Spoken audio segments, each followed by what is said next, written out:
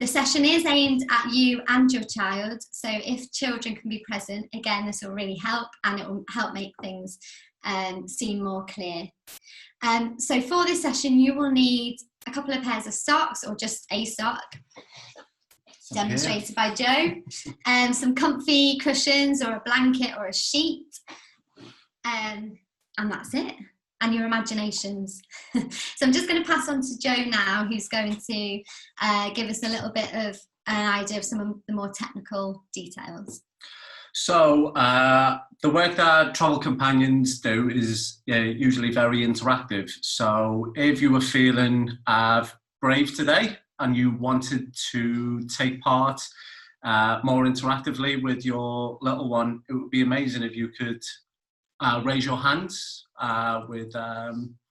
within the group, and one of the Bright Start staff will admit you in. So what we're looking to do today is it'll just be us asking some things and then potentially spotlighting your camera if you had it on, with you and your little one playing along with some of the exercises that we're doing. So if you feel comfortable doing that, again, loads of fun, no pressure.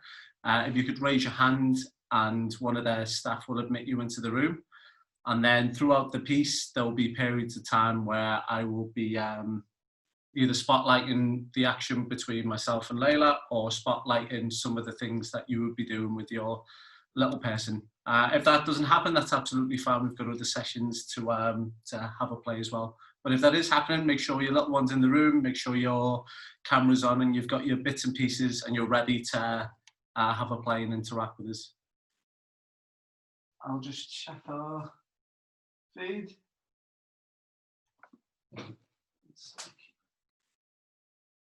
No. Okay, so shall we just go, you and I? Fabulous. Okay, so if you want to get yourself on your feet, if you can, or seated is also fine. And we're just going to get our bodies nice and warm. So you're going to start by rubbing your hands together and feeling that heat in between the palms of your hands. And let's rub the backs of our hands, and imagine that you've got some lovely imagination soap and you're putting it all on your arms, and you're going to put it all in your tummies and on your faces. Give your face a nice little massage, and let's wash our legs and our knees. Can you stand on one leg? And our feet, get them nice and warm, and out of the legs. Lovely. And even your back. Okay, so this is all about bedtime. So let's just have a big yawn. Yeah, lovely. Let's make sure we make that big noise as well. Now we're going to do some actions in our little performance, and it'd be great if you could join in. So our first one, you're going to have your fist like this, and it's as though you're rubbing your eyes. We're not actually going to touch our eyes, but we're going to do lovely. The next one, you're going to give your face a shake, and you're going to make this noise. Let's all have a go. Fabulous. Right, the next one, you're going to imagine you've got a big itch on your head. You're going to give your head a scratch. Lovely. Let's do that together. And the last one, you're going to give your ears a clean. So we get our finger. And the other way. And then just to finish it off, a big stretch.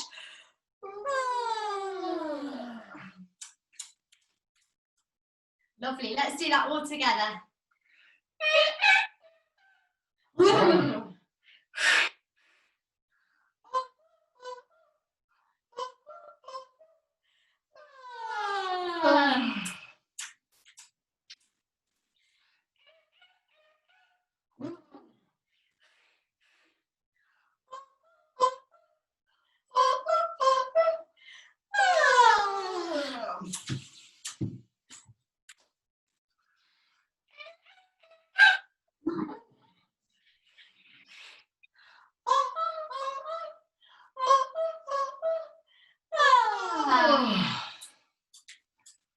Before I go to bed, I like to brush my teeth.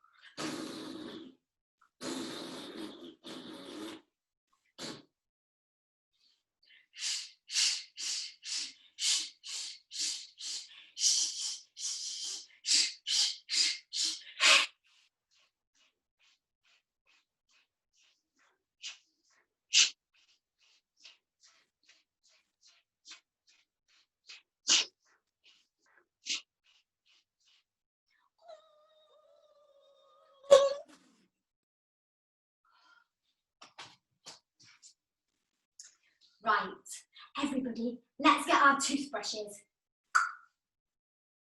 And let's get our toothpaste. And let's see if we can squeeze our toothpaste onto our toothbrush, making a lovely sound. What sound does your toothpaste make? Can you make it put lots and lots of toothpaste on and make it a big, tall swirl? Yes, I think we're ready to brush our teeth. Right, let's go from side to side. Let's go really fast. Now let's try it up and down.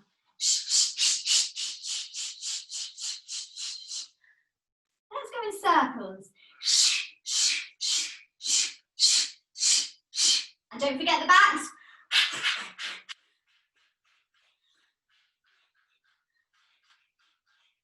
Right, and everybody, let's take a big gargle of water.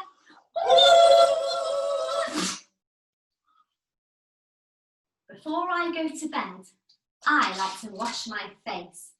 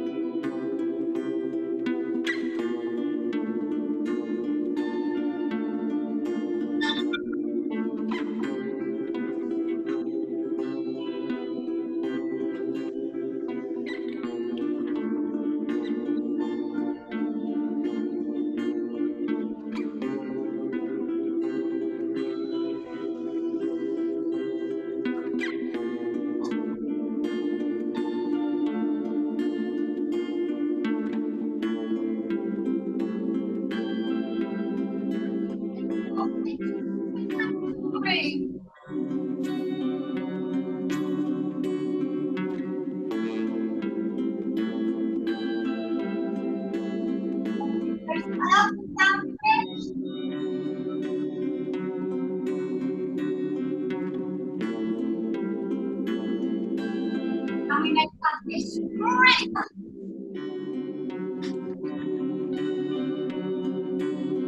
We'll have to take it.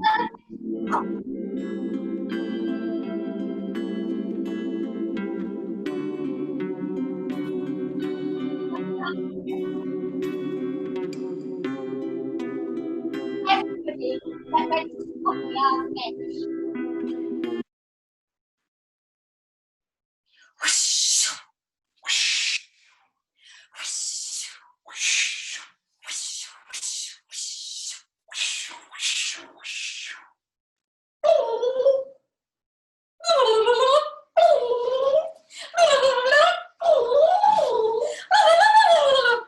Splish, splash, splish, splash, splish, splash. Splish, splash, splish, splash, splish, splash. Floodine! Floodine! Floodine, floodine, floodine! Floodine, floodine, floodine, floodine, floodine.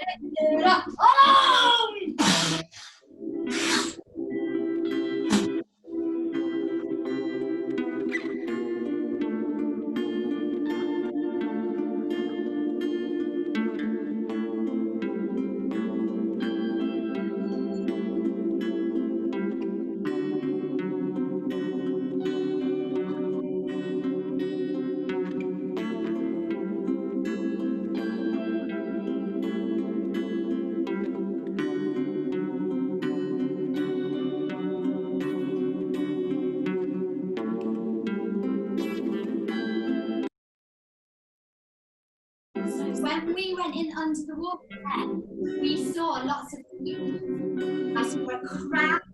Ready to do a crab? Let's have a go at doing a crab. Me, me, me, me, me, me, me, me, me, me, me, me.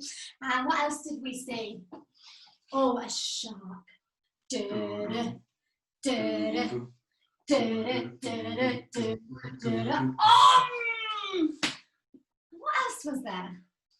There was an octopus. Oh, an octopus. To do this one together. And a starfish. Can you see if you can get your tentacles off the floor? And a puffed pufferfish. So for this one, you need to get really small as you can. And after 3, we're going to go into puff out. 1, 2, 3. Very good. Right, I think it's time for us all to go diving. So let's think about what we need to wear when we're diving. Flippers. Flippers, lovely. Let's get our flippers on. And let's see if we can walk around our room. We're a bit like a penguin. And we need an oxygen tank. We do. Let's get our oxygen tanks on. Oh, it's quite heavy. Okay, it's getting a bit harder to walk. And we need something for our eyes. Binoculars. But not, no. Sandwiches. No. Biscuits. No. Goggles. Goggles. Right, let's get our goggles on. Oh. Okay, are we ready to dive? So this time we're going to go under the water and you can swim all around under the sea, and let's have a look at what creatures you might find. We're going to jump in after 3. Let's jump in. 1, hold your nose. 2, 3.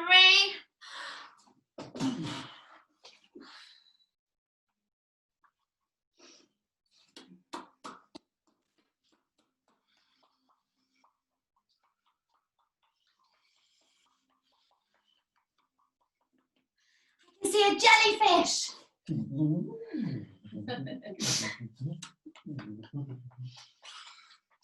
I can see a seahorse.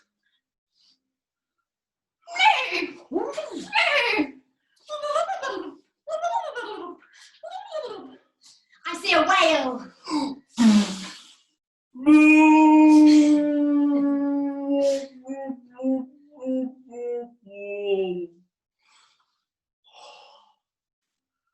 Five more minutes.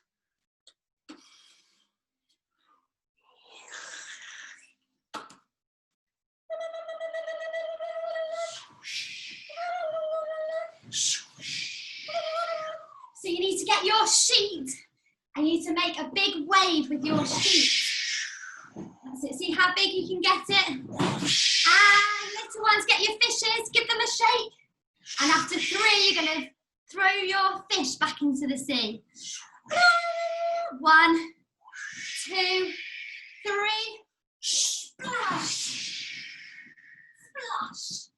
I think there's more fish in the sea than that, though, isn't there? Should we get some more Let's get fish in some the more sea? fish. Splash! Splash!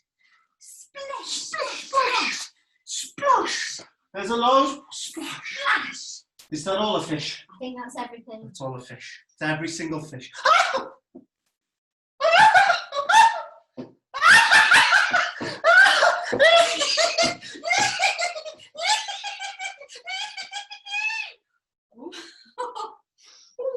Splash. Okay, you're going to have to work together for this next bit because we're going to give our fish a ride in the sea. So let's get our sheet and we're going to make some waves.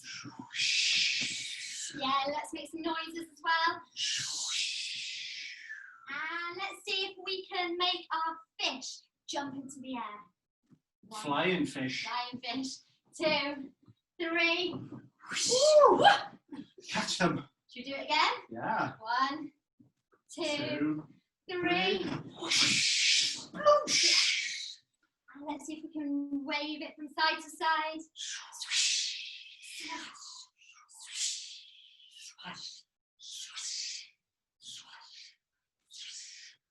Oh no, I think this sea is getting a little bit rough and rocky. As fast as you can.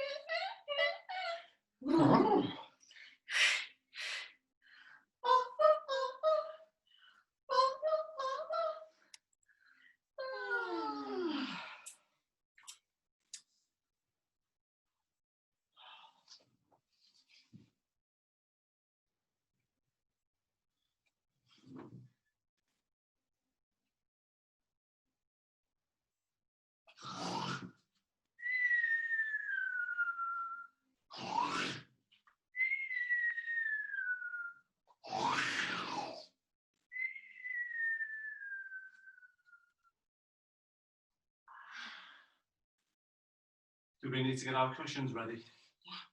Okay, this is a chance for us to cool right down after all of that activity. So if you and your little one want to get your cushions and anything comfy, I'm going to put some music on and we're going to just do a bit of relaxation.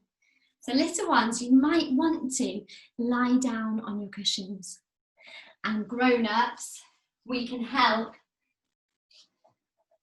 by lifting the sheet up and down and creating that lovely cool air.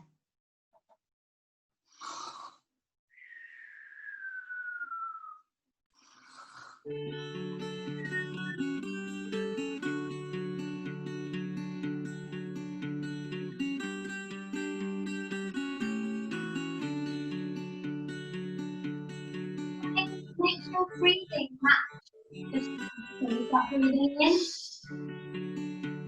And breathing out.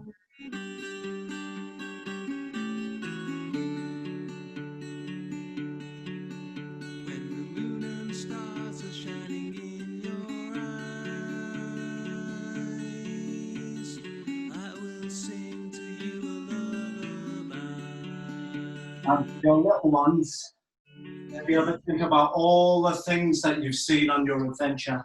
And you're comfortable in your blanket. All the places you've been. We could play in the sand. 5 more minutes with you. That's all that I want right now is 5 more minutes with you. That's all I need. 5 more minutes with you. It's late and it's time for bed now. 5 more minutes with you. It's time to dream.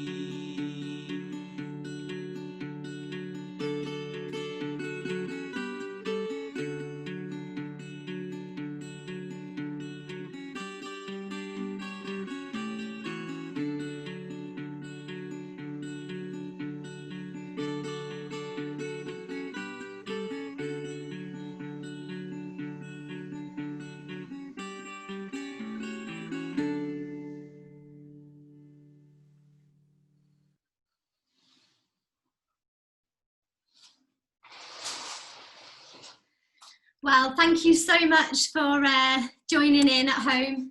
We could feel it coming through the screen, so thank you. We hope you enjoyed that. And now there's a chance for you to ask us any questions that you might have. And we will do our very best to answer them for you. Let's get our chat up. Yeah. Anything that we can't answer, then we will put it up on the I think it's going to be published later, Yeah. anything that we can't answer right at this moment in time. Thank you, Mona.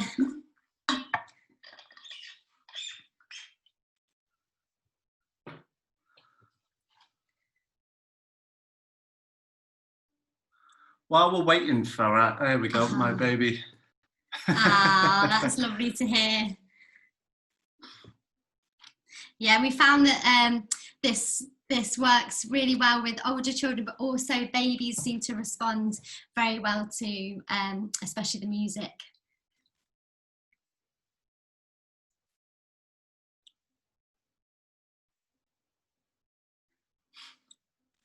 So while we're waiting for questions, would you like to tell us about how the piece came about, why you decided to make it?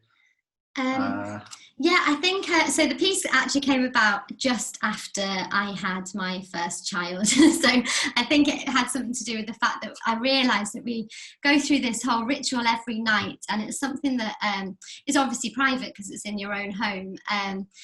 And we began just talking all the time about different ways you can do things, and also that you don't always have to stick to just reading stories, because I think that's often a go-to, but it's like we can use our imaginations, we can use all the bedtime things that you've got just around the house, like the cushions and the duvets, to create a really peaceful and enjoyable environment that works for young children.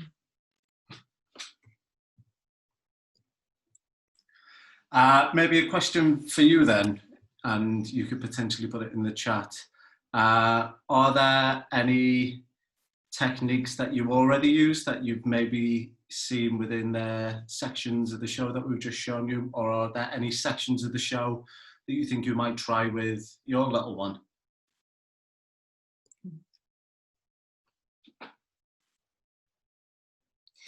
I'm just going to talk a little bit about, so alongside this session, we've also put together a handout, and I'll just talk you through that a little bit. So we've got a creative exercise which involves you drawing around your child's hand, and in turn them drawing around your hand and creating your own 5 more minutes bedtime routine. So you can think about all the different things that might happen before you go to bed, or things that you have to do, and also things that you want to do. So you might have well, brush your teeth if we go from the show.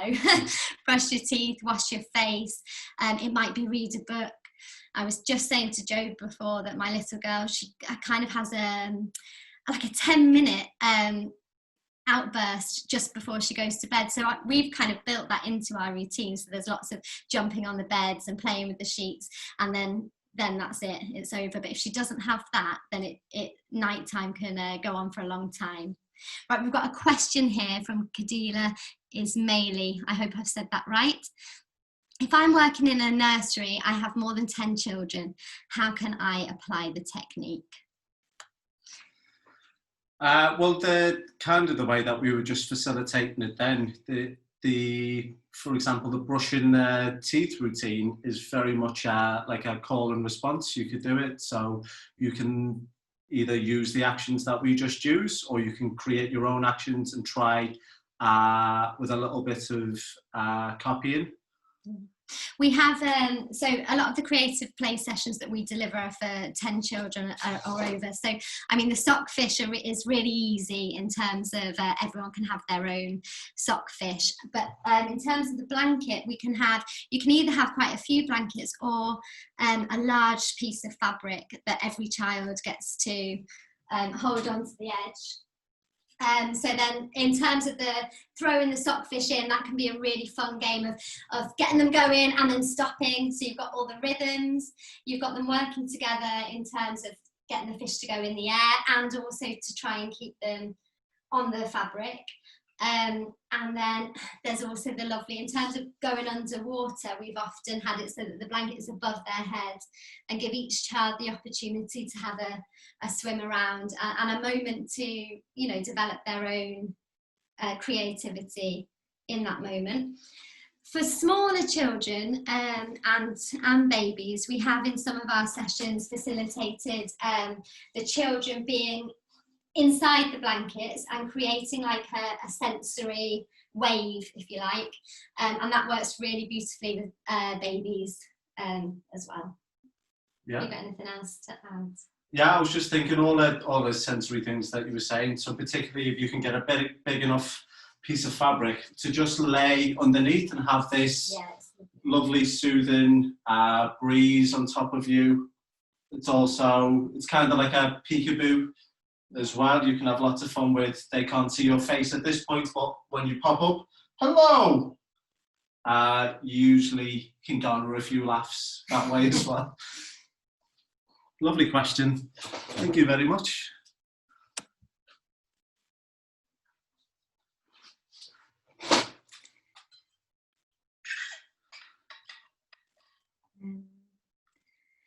Any other questions?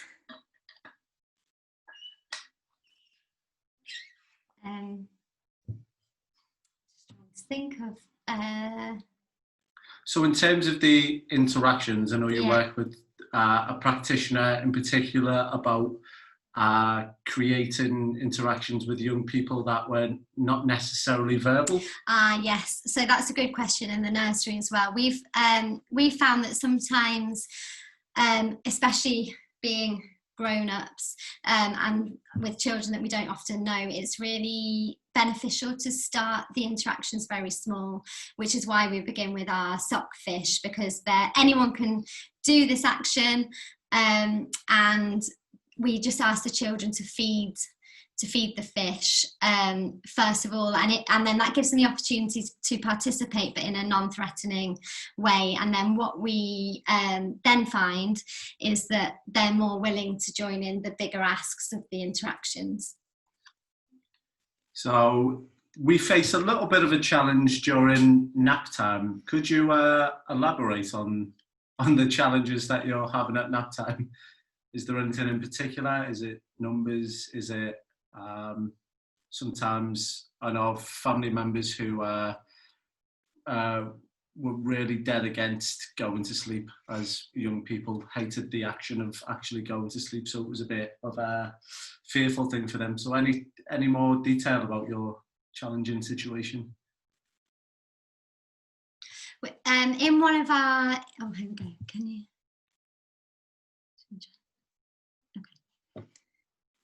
Can you show us some of the examples of the problems that we may face when we try to apply these techniques that other parents may have shared with you? Okay, so in terms of nap time, I think it is quite a tricky one to get that routine, because you're breaking up the day, and also you're often dealing with an overtired toddler, which is never easy. So I think in one of our next sessions, we work on this a little bit more about creating an environment that feels inviting, cozy, and enjoyable. So a lot of the time, lighting really helps, and to keep the place cool and quite dark, but also comfy, and for it to feel safe. I also think there is, in terms of the routine, again, it's about keeping some of those routines in place, so you're not just breaking the day immediately and saying, right, okay, it's time for bed. So a current theme throughout the show is the 5 more minutes, and we find that is very important in kind of preparing the child for bed, even if this starts an hour before. It's just kind of that preparation. Okay, 5 more minutes, and then we've got to go to bed. Other problems, let's have a think of any other problems. And being alone, I think, can be a problem. So again, it's just about trying to keep that like a smooth transition. If your child is sleeping on their own, how that is managed, or is there a way that I found with my children in nursery, they just used to go to sleep, no problem at that time. But that was because everybody was doing the same. And so it's about trying to create that for yourself at home. So whether it's like a quiet time, not necessarily nap time, but let's just keep everything nice and quiet. And this is a rest time. I hope that answers the question.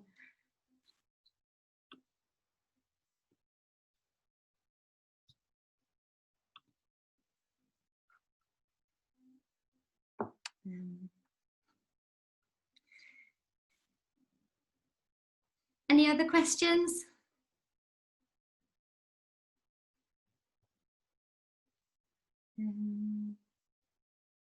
You got any other questions, Joe? Yeah, maybe you could talk about how the piece is set up. You were talking about light then and creating an environment. Maybe you could talk about the set of the 5 more minute of the set. show. So yeah, again with Travel Companions work, and I think that this is good for nursery settings as well and at home, is we always try to use things that you can find around the house. So whether it's a blanket or a spoon or socks, so that it's really accessible.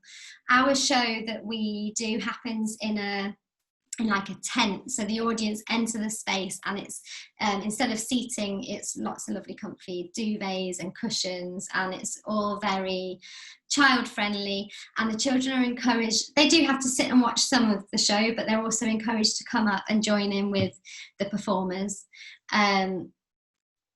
We've got a question. I have a 6-year-old daughter whom I'm having a hard time to let her sleep, and at night she's also not sleeping early. Okay. I wonder what would you suggest? I wonder why, do you know why she doesn't want to go to sleep? Is it too much energy, or yeah, again, the routine. So for me, we do like a bath time after dinner. So there's the food thing as well, which I think is really important, because when you have food, obviously it can give you energy spikes. So I think that's important to look at, because that could help. But then also in terms of after dinner, what's going on in the house? Is there lots of activity going on? And also maybe what I mentioned before is it might be okay to have big bursts of activity before you go to sleep. I'm sorry, I'm just trying to read down. Oh no, there we go. Have you got any ideas, Jim? Yeah, I think, again, going back to the environment that you create with the show, being really sensory as well. So the use of light and the use of sound as well. So as well as the pieces that you've heard throughout the performance, there's a live musician that not necessarily plays songs, but scores sometimes. And I think sometimes if you can change the oral environment for your child as well, that can be quite helpful in setting the tone for the moods that you'd like to instill before you go to bed. Yeah, we've in the handout as well, there will be a link to the music that we've played, which is really calming. How long do you think the nap should be at nursery? Oh, I don't know. So when my 3-year-old was 1, she would sleep for a good 2 to 3 hours, which she needed. But when she got to about 2.5 or 2, if she slept any longer than an hour, there was no bedtime at night. And then now, so she's 3 now. I don't know how old they must nursery go to, but my 3-year-old now doesn't have a sleep during the day. But again, it's probably different in the heat as well. So I guess it depends on the child, but I think at nurseries you've got the struggle because you're dealing with, multiple children. Then a few nurseries that I've worked in, I think it's easier when you're familiar with the child, so that you know how they are. You can monitor them later in the day to know, okay, in the afternoon they're struggling before their parents can reach them, or in the afternoon they've got too much energy. So the nurseries that I've worked in that have been good nurseries, I've usually worked on a child by child basis, so they've been able to allow the child a good length of time, but haven't kind of enforced staying down for longer than they need to as well, I think, or if they're not tired. We have another question here. I'm having a hard time to let my 6-year-old take a nap in the afternoon or even sleep early in the evening. What do you think I can do? Maybe she has too much energy. Even all of us are lying in bed and tries to sleep. You will see her still awake. It's so hard. I wonder whether you've played around with the times, because sometimes it can be beneficial to pull the bedtime actually earlier than you think. Sometimes that helps, because I think if you are overtired, it can be harder to sleep. it's very frustrating when that happens.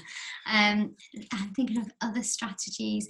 The food thing, I think, is huge in terms of how long you've got before dinner and bedtime, and if there's like snacks and food in between. Obviously it's horrible to go to bed with an empty tummy. But that healthy, like you were talking about, the healthy play as well before bed in kind of young people, they just want your attention, they want your time, they want to be with you all the time. And I think sometimes if you make your experience of bedtime not about the function of going to bed, but more of an experience between the two of you. So now we're doing this, now we can play brushing our teeth, and it's still, it's not about ending the play. It's about escalating, de-escalating, but also merging that into the next action. So our game is this, and this game can last for as long as it needs to last for brushing our teeth.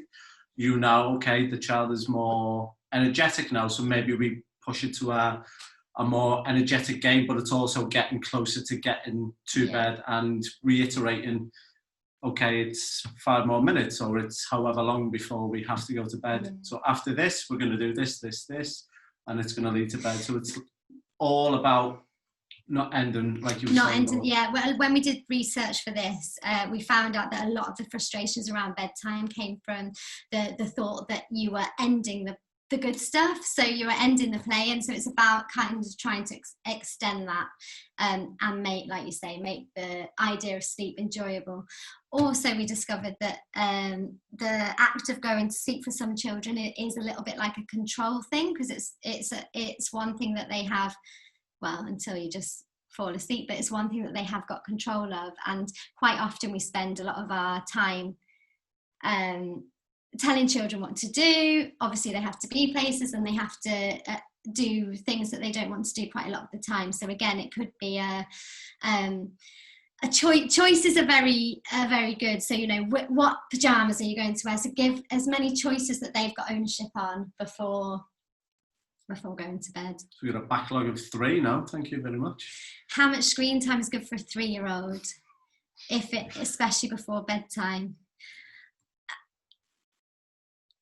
I think it's a personal choice. I mean, all the information says that screen time before bed doesn't help because of the blue light.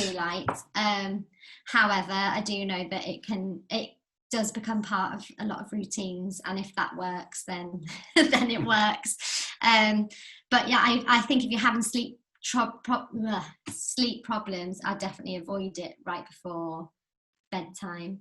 And in terms of how much screen time, I really think it varies from child to child, and I think that as a parent it's up to you to try and manage that. I've got 2 children. One of them is not bothered about the screen at all. The other one would sit and watch it all day if she could, and I think I can see when it goes from watching something and being engaged with it and taking it in to being really passive, and I think that might be the link. But yeah, I think it's individual. Have you got any? No children, no idea about screen time. I only know from myself, the longer that you stay in, the more disconnected from reality you are, and that can become a problem when you're trying to engage with that child, then to say it's time to do this. If I'm focused on whatever this world is, if I'm in this world, I'm not engaging in this one, so it can lead to more difficulties bedtime wise. Again, I think the 5 more minutes, I think it's good to agree a time before you've got the screen. So okay, we're going to watch this thing, and then it's off. And I think if you've got that agreement, that's a really good way and of physically showing that as well. So if you've got a clock that has hands on it, or if you've got a clock that has numbers on it, just saying you can see this clock. When the hand gets to here, that's when it's going to end. So the child can see, you know, it's not an arbitrary thing. They can understand that physically when this thing happens, then something else will occur. Next one. Since my son was a baby, I started reading board books for him. That really helped me, and he loves it and asks for it. If I forget to read a book, that's lovely. I do think the act of reading is a really lovely and important just time together. Again, just not being absorbed in something together is really beneficial. I fought with my first child to read, because for me I was like, right, this is what we're going to do, we're going to read every night. And I mean, he was only a baby and he just wanted to rip all the pages, and but we persevered, and it was part of our bedtime routine, even though sometimes I'd be reading and he'd be, you know, exploring the space. But now, like you've said, it's a must. He won't go to bed unless there's a story. So yeah, that's lovely. And if you do want to build that routine, sometimes it's not always about the physical reading of a book. It can be, that can involve play as well, so it's interactive. So taking what is on that page, okay, can we try this thing out, until you can get to a point where your child is happy sitting and listening. But also, books don't have to be passive, they can be a springboard for lots of different kinds of interaction. So use that lovely story or that template to help you with your play with your child as well. Yeah. It's just, hang on, it's jumping. We will open her. Okay. Now unmute the microphone. Do we need to ask to submit a live question? We will open at her access. Please ask the attendee to unmute her microphone. Okay. We've got Chinyeri? If you'd like to unmute your microphone, and then we can hear your question. So you need to go to the top right-hand corner of your little screen. So hang on. I think I have to ask to unmute. Okay. I think it's on mine. I Is it? apologise. Sorry.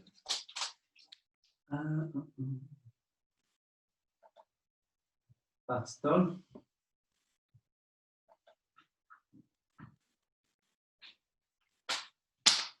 Hello.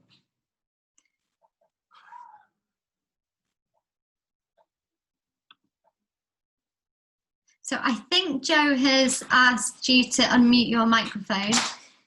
Okay, that was a mistake. No problem. I've got a lovely question here. I'm very poor at actions. I can only read books for him. Is that okay?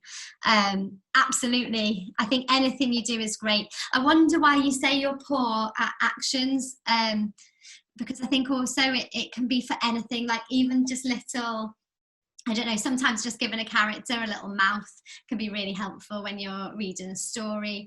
And as they grow, they'll probably start taking on some of, oh, here we go, we've got a little creature.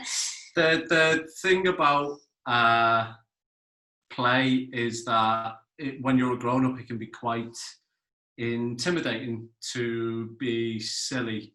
And I think the thing with a big hurdle to get over with is your comfortability being really ridiculous, and that being okay to allow that wall to drop. And then the more comfortable you are playing around, the more easy you'll find those interactions, the more you'll loosen up, the more imaginative you'll be. So it's just about getting over that. And also remembering that it's not about, you're not being judged, it's about encouraging them to do something, and quite often you'll find that they'll take over, and then you can sit back and watch the magic happen because you've just given that little bit of input. But however, that's fine. If you can read, that's absolutely fabulous. And again, on the other side of it, I know that some people struggle with reading, and that can be a fear when you have children, that you're going to put that onto your child. Again, I don't think they mind. They just want that connection between the two of you and the enjoyment of a story or imaginative play.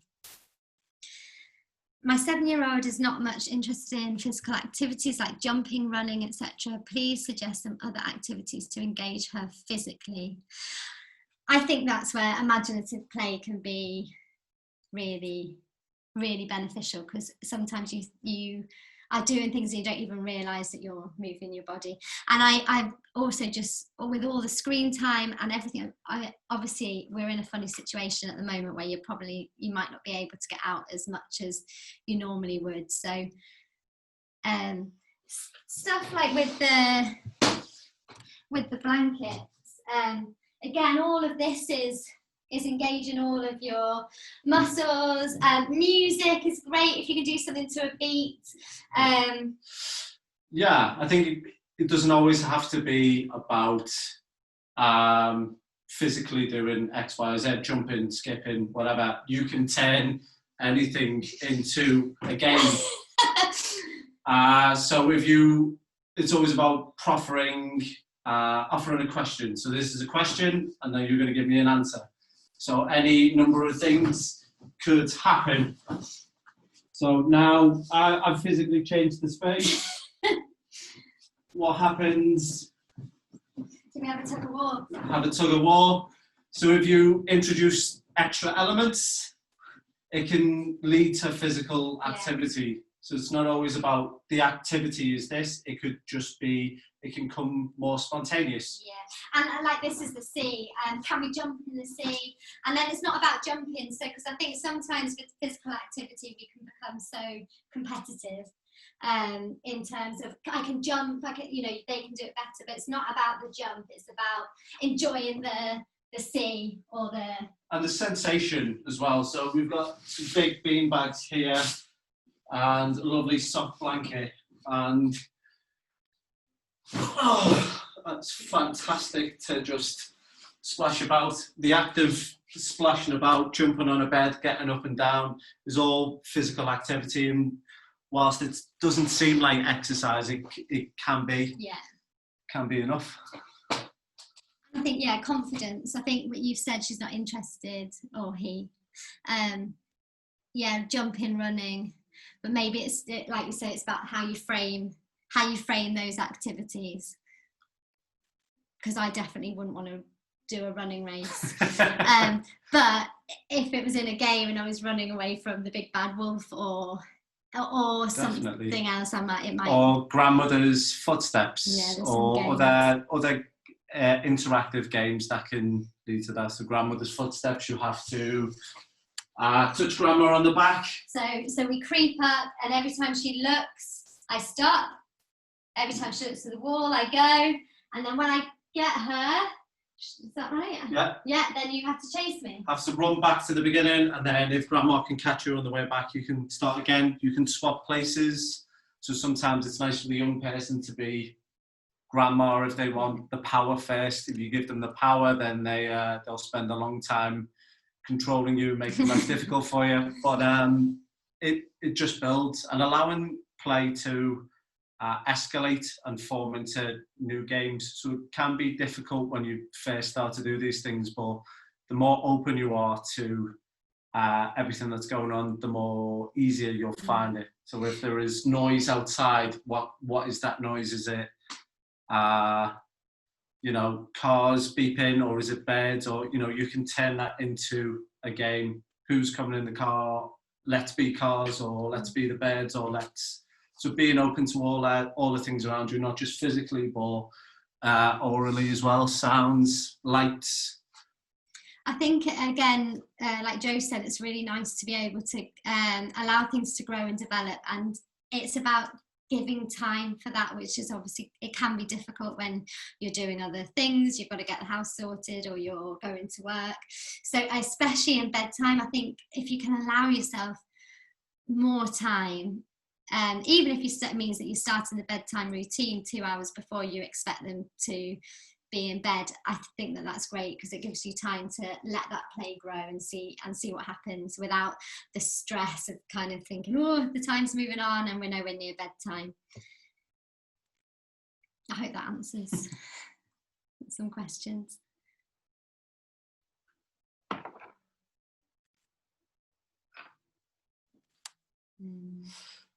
I think we're getting close to the end of our session, so it'd be good if there were any last ones, any last things you'd like to round up, or if we haven't gone into enough detail for you, now's a good time to get us to reiterate what it is that we're saying.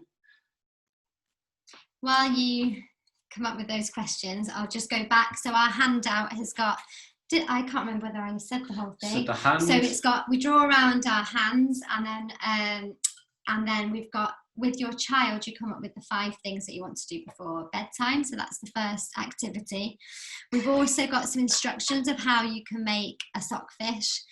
Obviously, you can just do what we did in the session, which is absolutely fine. And I think a lot of times children really respond well to something just becoming something else, and that's great. But if you did want to, and you're artistic and good at sewing, there's some lovely activities where you can sew on little eyes and make it almost like a bedtime cuddly toy for your child. And the last thing that we've got is the link to the underwater music, which our colleague Jo Hirons has created, which just provides quite a peaceful and calming activity. It's very relaxing piece of music. Yeah, try the music. Try putting on the music before bed, because I think that can help. Yeah, you can loop it, you can play it for as long as you want, and it's really puts you in a nice relaxed space. The only danger is you becoming more tired than your child.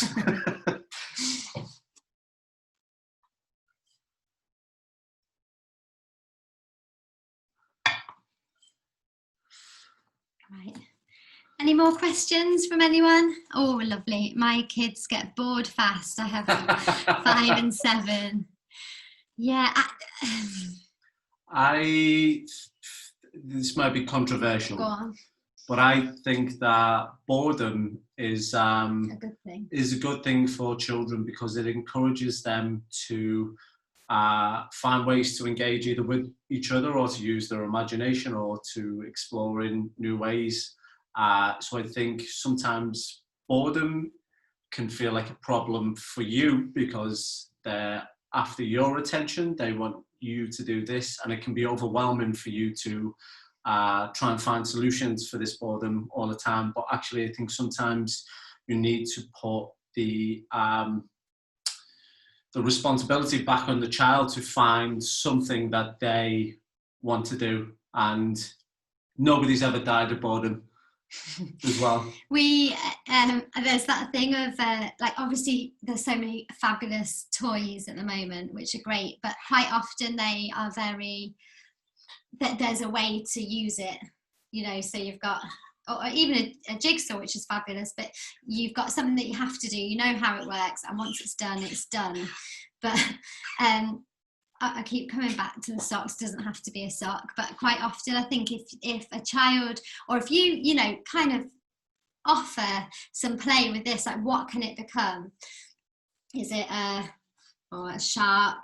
Is it what are we now? I want to see a dinosaur, but I don't know. Chicken? A chicken.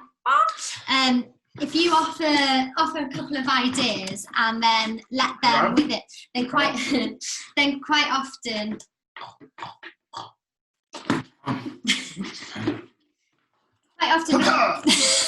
because the child has created some investment for themselves with the object, it creates for a longer sustained amount of play than if there's a toy that they know exactly what they have to do, and once it's complete, it's complete. Is there another one? My son always loves to play gun, but we think it's negative. How to get rid of it? This is such a tricky one. Yeah. So I've had this situation, and it's really interesting because when my little boy likes to play with a sword, for me that feels okay. But then when it's with a gun, I guess it's because it's connected to our lives at the moment, and what we associate it with. But I do think it's really good for children to explore these emotions and the things that they might have seen or heard for themselves in a really safe and in a safe space. If you're there, then that's great, because it can open up opportunities for talk and for discussion. If obviously you don't want it to be you don't want it to influence their behaviour in a negative way, but if that can perhaps open up a conversation in a positive way, then it's got to be a good thing. Yeah, and also if they're open, you can try and reframe what that item is. So if it's a gun and the sound is a bang, you can change that sound to whatever you want. It can be the action is still a gun, but you can change the sound and you can change the effect if you want to. So I can change, if we want to play guns together. Okay, we're not playing guns today because I've got a great big cream pie and I'm gonna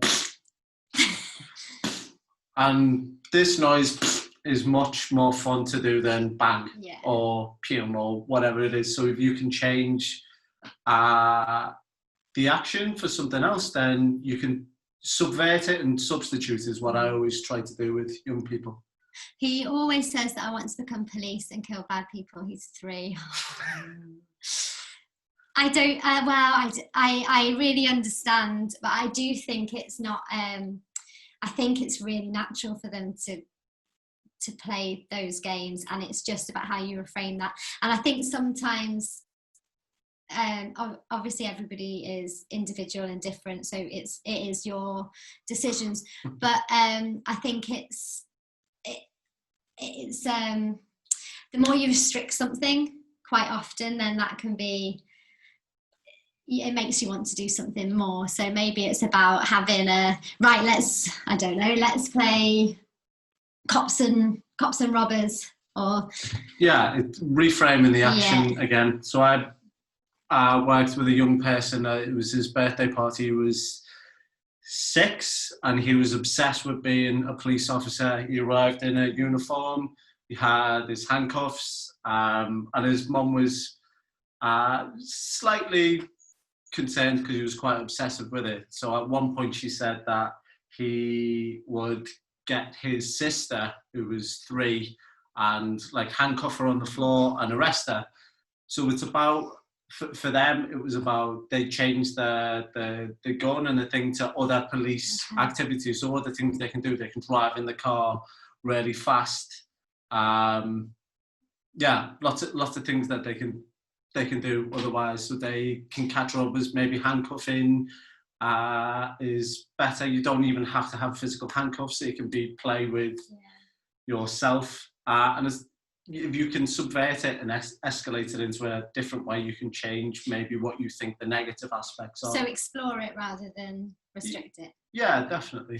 His father watches a lot of action movies. Will that be an issue? I think children pick up absolutely everything. So that would definitely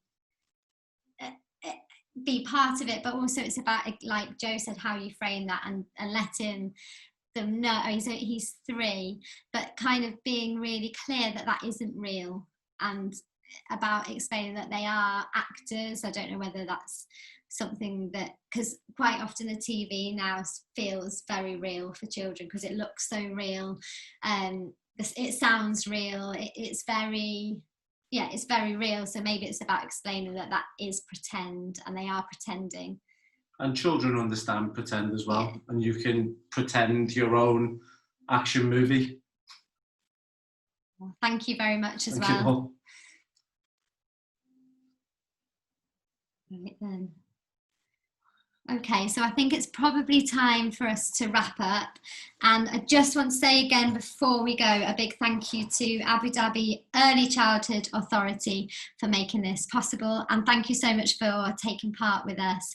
I hope you had lots of fun wherever you are. And I hope it will... I hope it was beneficial.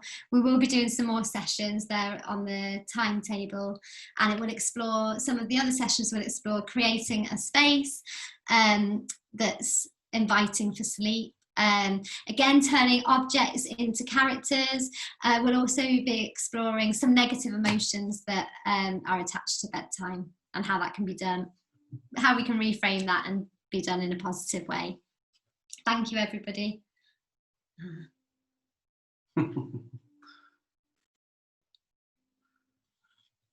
Thank you very much. Thank you.